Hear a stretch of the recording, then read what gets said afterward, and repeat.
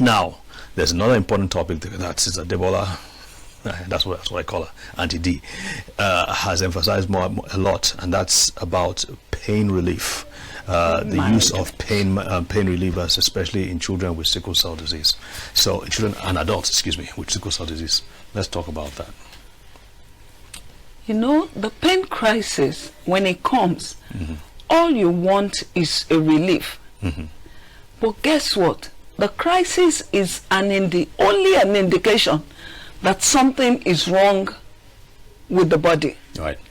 Because it's either you are stressed yourself or there is an infection somewhere and the body is sounding an alarm. That's why the pain crisis comes on.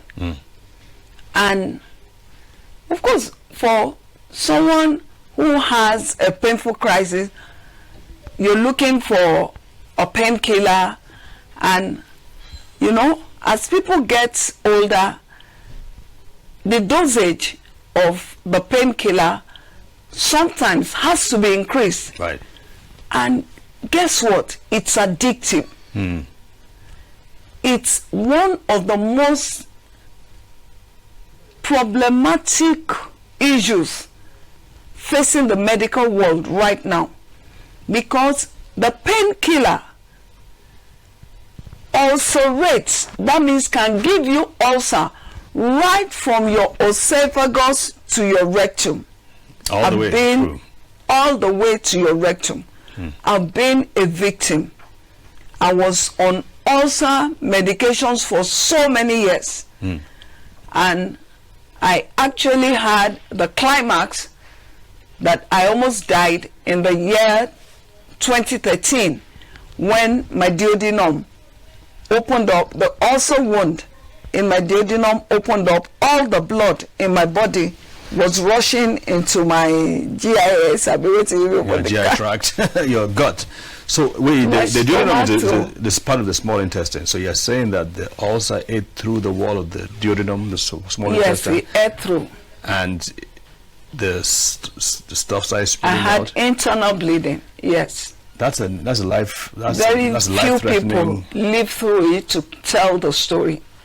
We're talking about pain management.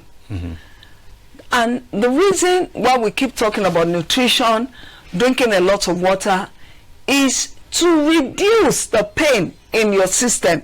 The challenge is, what do we tell such people? And I don't know how to get around that. That's why we spend so much time talking about nutrition and hydration and drinking a lot of water. Okay. Do you know that when the crisis is coming up and you start feeling that pain in your body, grab yourself a bottle of water.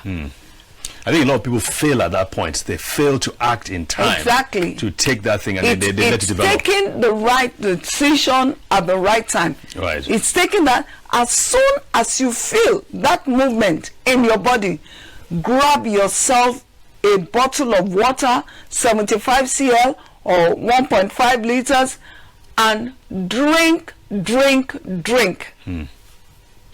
Not wait until... Don't wait. Until it now becomes full-blown. Because the water will improve your circulation. Wherever that clogging has taken place, it will move it. Right. And it will cause... It will allow the flow of blood in your system. Don't wait to keep taking painkillers. They are the killers. The liver is the one that deals with every chemical that enters into your body. And so the continuous use of painkillers, analgesics, NSAIDs destroys the liver and destroys the kidney. And that's what actually causes a lot of untimely death in people with sickle cell disease. And that's why this issue of painkillers, NSAIDs, it's an issue that Nigeria needs to work on, because we don't even have enough information. And the doctors will say, well, what would you want them to do? Right. Somebody comes into the hospital, is in terrible pains, or goes into a chemist, and all they want is a relief. And that's the only thing that you can do. Right.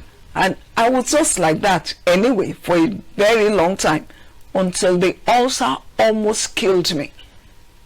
And who knows how many people would have succumbed And to it. only God knows. Only God knows. God knows. Yeah. How many people? So anyway, folks, that's a very important information that we've passed along. Unfortunately, we have to come to an end here. We're going to show you a few other videos about some patients who have, like Auntie D here, have been able to survive and be able to thrive even with the sickle cell disease. Just to give you encouragement, just to let you know that certain things are possible if you know what to do, if you know where to go. So be sure to join us throughout this week. We will be showing a lot of videos on sickle cell disease, so be sure to stay tuned. God bless, and we will see you next week. My name is Fatima. These are my kids.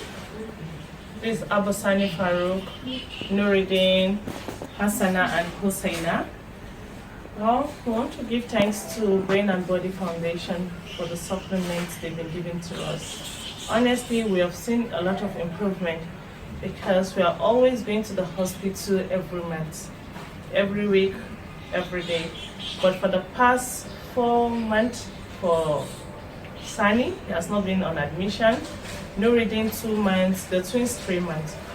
We are very, very grateful to Brain and Body Foundation for giving us the supplement. Last name, surname. Okay, Abubakar. Sophia Abubakar. Sophia is a HBSS patient who has suffered how many strokes? 3 strokes. The last one was when? 2007? 2017. So 2 years ago. Yes. But yeah, about a year plus. A year plus ago. Almost 1.5 years. Okay. And she's been on physiotherapy, and she's right now on 500 milligrams of hydroxyurea. And so far, not much has helped. She jerks from time to time, right? Yes. Does she eat well? No. Why? She finds swallowing Difficult. difficult. Okay. Quadriplegia did. Okay, so she has 24 hours support, nursing support, and I mean, you take care of her 24 hours a day. She can't do anything by herself.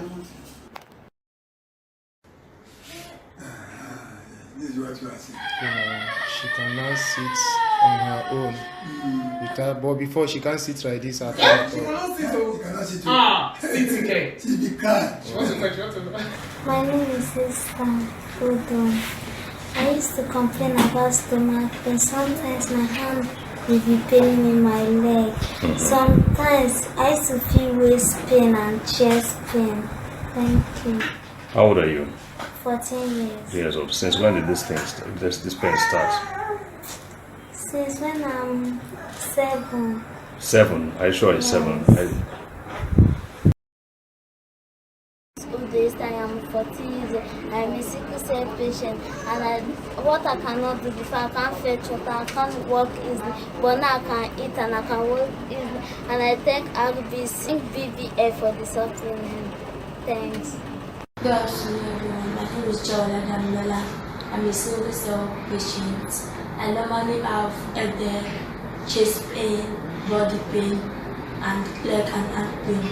Since the day I've come to the Brain and Body Foundation, I never had body pain, headache, chest pain, and leg pain. I thank God for the